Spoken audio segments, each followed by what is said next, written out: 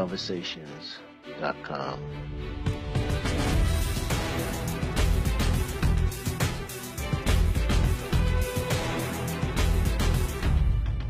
EliteConversations.com.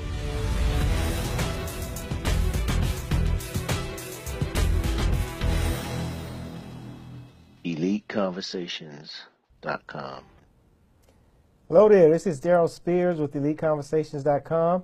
Thank you for joining us for another session of Elite Conversations Unplugged.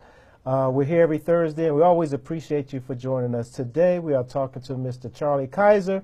He is the CEO of Griot. And Griot is a great business solution company for those that are in the contracting world, whether it's business contracting or government contracting.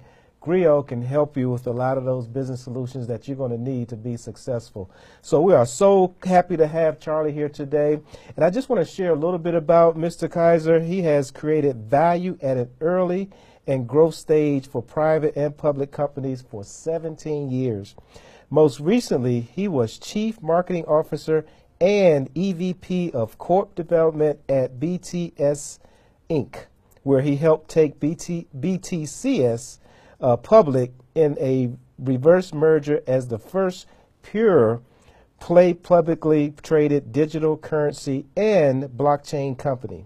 Career highlights include Chief Operating Officer and Director of Corporate Strategies for 60 Degrees Pharmaceuticals, LLC, a Washington, D.C. pharmaceutical company.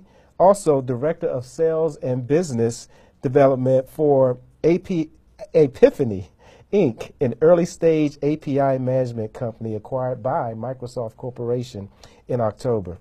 Also, he was the Vice President of Sales and Business Development for GeoIQ.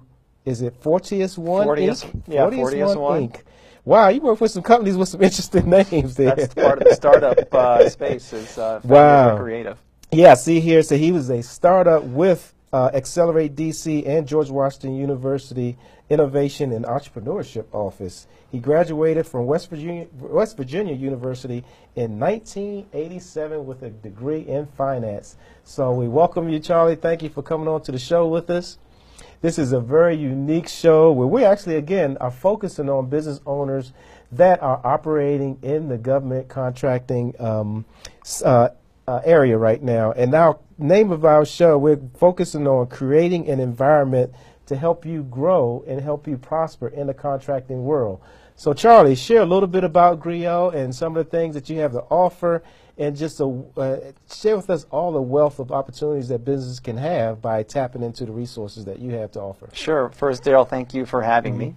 I think it's a great opportunity here to give entrepreneurs and business owners some great advice. Excellent. So like you said, Griot simply is a timekeeping, project management, and invoicing and budgeting application that integrates with QuickBooks and lets you as a government contractor be compliant with those DCAA regulations, GAAP regulations, and FAR regulations that are sometimes burdensome for new companies that are getting started to deal with, when what they're really focused on is getting their first contract, going out and meeting people, developing relationships with prime contractors. So our system helps complement what they've got, or if they have nothing, we help them get started in a quick way and be able to tell a prime contractor or a federal agency, hey, I'm compliant from day one.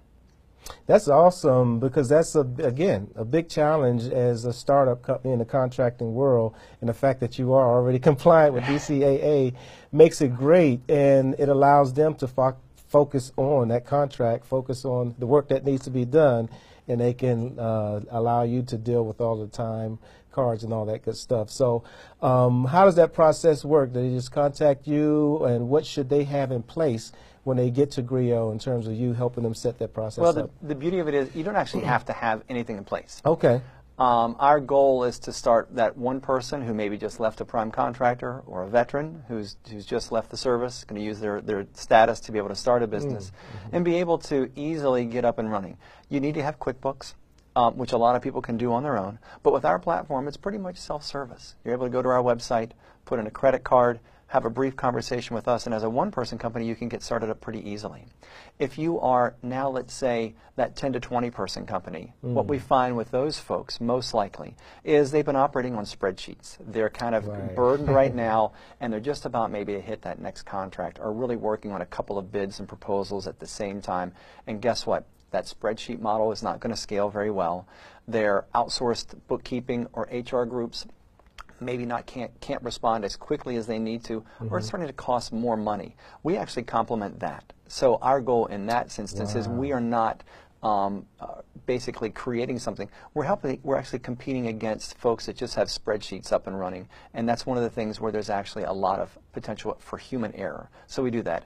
For our larger competitors, our larger customers, and that's in that like 50 to 100 person range, we really help them either move off of a legacy system that might be a little bit more expensive than they want right now, might not have a great user interface, and allow them to use something that really engages their employees. We have mobile applications that support that, and we have web applications that support that. So our real competitive advantage there is to help those larger companies get their employees to do what they need to do, which is put their information in on time, and give the executive team access to real-time financial information when they're out trying to plan for a new bid or proposal, looking at their wrap rates and other things that, frankly, is what contractors really have on the top of their minds right now. That's awesome, and I like what you're saying about giving them the intelligence behind the data. Do you guys play a role in helping them in their strategy, or are you just providing the information for them and they take it and run with it? Can you do both? Well, it's actually part of our strategy.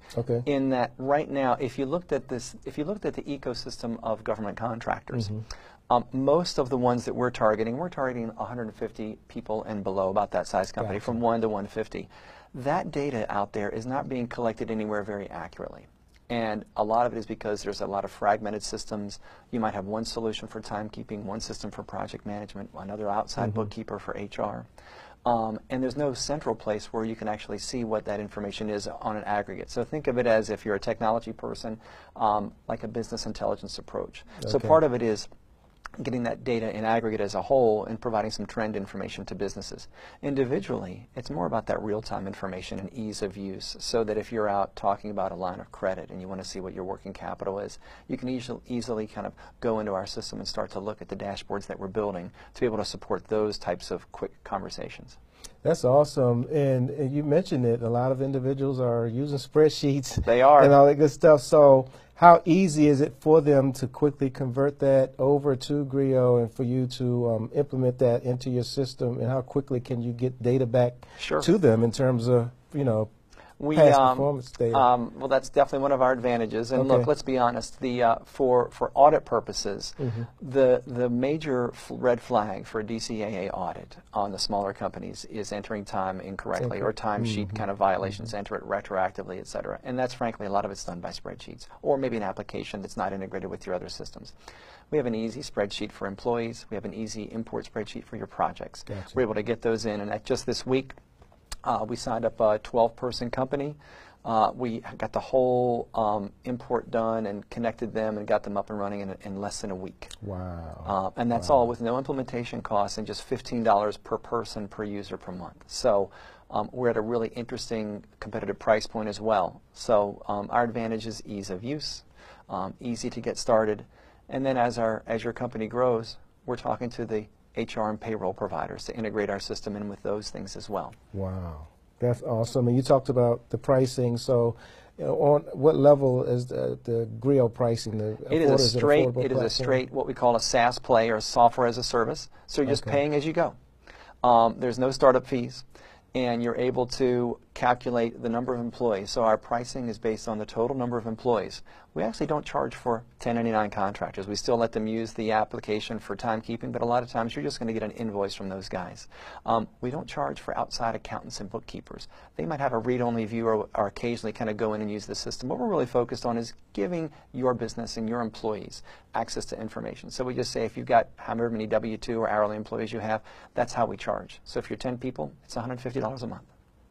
That's pretty simple. It's very straightforward. If you get acquired, Exactly. you want to do something else, you can have all your data back, you can keep going. There's no long-term commitment. on it as well. So it's designed like a lot of the newer systems, just as that government contracting and the ecosystem itself has a lot of dated technology systems that have not really delivered a solution for small business very well yet. We think we're one of the first people to deliver it in a price-effective, ease of use, and easy get-started model. That's interesting, and it sounds like you have done that. So share a little bit about Griot, the history. Yeah. What made you start it? How did you come up with the name? So Griot is an African word for storyteller. Interesting. Okay. And so our company was built by our sister company, which has been a 13-year woman-owned small business named Sanjara that has been doing work at USAID and State Department. They are a web and mobile development shop, data architecture, software development. So the history is that they went out 4 or 5 years ago and were looking at existing systems that were out there to do timekeeping and project management, and like good software developers, they didn't want to pay for these expensive systems. They just decided we're just going to build our own.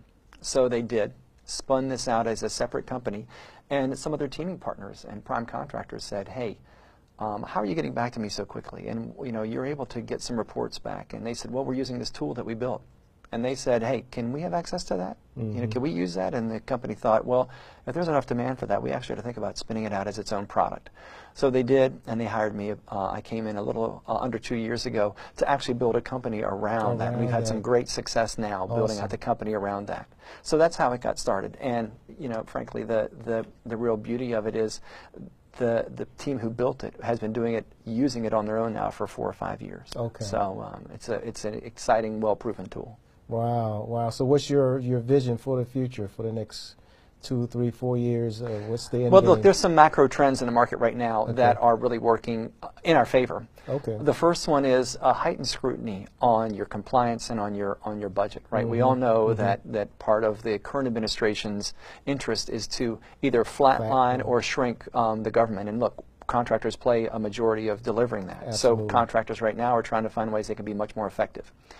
So that's been really good for us. That trend has been good. The idea that compliance is going to come under even deeper scrutiny as the current administration looks at ways to tighten the budget and make it more difficult for federal government to either grow or expand. And then finally, the impact on the prime contractors. When we think about our target market, most of them are subs or doing their first contract for the first time. Prime contractors are now saying, hey, if you come to the table or one of our meet and greet sessions, I want you to come with 3 things. I want you to come with an understanding of what you do in simple terms. I'd like you to come with an understanding of how you add value. Don't just give us your capability statement and background. And thirdly, tell us you got your back office in order. You're compliant, you've got an accounting system, you've got a timekeeping system, and you're ready to go. That's just to get in the door, just to go to these sessions and actually get that car to move forward. So those trends are helping us in an economy where a lot of the larger government contractors are being told, hey, if you want to grow your business, you need to really team up with much more small businesses. So those are the trends that are really helping us out right now. From a standpoint of our vision, kind of moving forward, we think that there's a real opportunity to aggregate together some of the ecosystem players in a platform approach. And that would be being able to produce maybe a marketplace that allows financial services and other providers to come in and get access, almost like a lending tree for business that can access services and deliver services to the small contractor. We'd also like to talk to them about planning for their exits and growth. A lot of folks struggle at that exiting the 8A program, and they get out kind of as a free and open government contractor, and they really struggle, and that's kind of like the no man's land. What we're finding is that executives at a C level who've been around for a while but still are deciding what they want to do don't have great information about what the exit multiples are. What are the primes looking at for their algorithms and how they acquire a company? You might talk with a private equity group or get an unsolicited offer. What we envision is giving those CEOs really a scorecard and some KPIs and some roadmap on understanding both the trends in the marketplace for the space that they're in and the ability to ingest some other public information that's out there on where the budget's headed and what the data providers are saying about their space. That way when they come to the table, they can negotiate the best deal that they want, whether it's selling it back to another partner, selling it to their employees, or actually exiting the business to a prime contractor. Wow, that's some great information, and you're really helping some individuals, I'm sure, that might be interested in moving into the contracting world. So one of the things we like to do is always to provide some knowledge and feedback that could help them out. not necessarily just Griot, but as a Yes. in the contracting world, for those someone like you said might be in the military looking to get into contracting, what are just some basic advice you would give them into preparing for their first contract, and what are maybe some of the stumbling blocks that you've seen that they should avoid? Yeah. So as an entrepreneur myself, I'm always looking at the larger market and the trends. And although contrary to what we think about government contracting right now, a lot of the push is to get small businesses up and running. So if you are thinking about starting your own business, actually government contracting is a great place to think about starting a business. One of the things that I think is a little bit of a struggle for folks is there really is a lot of information out there, and there's too much. It's a lot. Try to get a filter on what to do. And what has happened is there's also been a lot of companies who basically feel like they're helping out and approach you with some sort of help, and it turns out that you pay them a fee or a service, and maybe you're trying to get access to a government contract or access to a GSA schedule. And what I would say is, if you're really paying for some sort of service to be provided to you, take a little scrutiny on that. You shouldn't have to pay too much. These days, there are the resources on our website. There are great resources to actually stand up your own government contracting business without having to pay a lot of money. Wow. You know, you can do platforms like ours. You can get a good attorney to do kind of business formation. And then the real value is not just going out and handing out your cards and your NAICS codes and what you have to do. It's doing some research on what you bring to the table. Being able to then start, the next step is, if you'd like to do contracting, think about the network of people that you have at your disposal. What's your real competitive advantage? Yeah. Because you could really get something, but the limiting factor might be how quickly you can scale up on something, right? And then the last one is, marketing does play more of a role in what you're doing these days. So think about your business and look at the people that are being successful.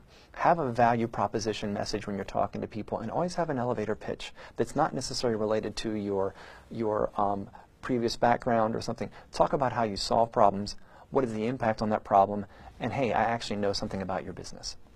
That's critical. That's awesome. That's some great information. Again, we're talking to Charlie Kiser, the CEO of Griot, that's providing a wealth of knowledge on what you can do as a business owner just to prepare, not just as a business contractor, but just in business in general. That advice you just provided is very good. So share with individuals how they can reach you. Are you providing any type of services or workshops about contracting? Anything that Griot is doing right now? Share Sure. So just so you know, we always have a little bit of a promotion there, right? This is what our colors are, purple and red, so that's always a good identification. Absolutely. Our website is www.griot.us. Okay. And my phone number, you can always call me directly. I'm at 301-325-2440. And my email is ckIser@griot.us. So those are the contact points for me. And I love to speak with all of our customers. I'm obsessed with customer satisfaction. We are starting a webinar series on getting started. It's going to be starting next month. On the basics of getting your business up and running. And we have some great resource partners as well. So I would say go to the resource page that we have at our website. There's a link on there for partners that we have that actually understand and know Griot, but also provide those other basic services that you need to get up and running, from bid and proposal development to legal help. To understanding bookkeeping and accounting, because we're not saying that Griot itself is your full accounting package. You still need a great accountant to do your taxes, which is something that we do. Okay. We do not have a full HR component. So when you grow big enough, you might look at some of the HR platforms that are out there. But if you're under 50 people, you can use QuickBooks and start to understand what you need to do from that point. But there are some legal aspects with HR that at that size, once you click over from 49 to 50, are important to know. And so that was another thing I would kind of take a look at as you're getting started for your business.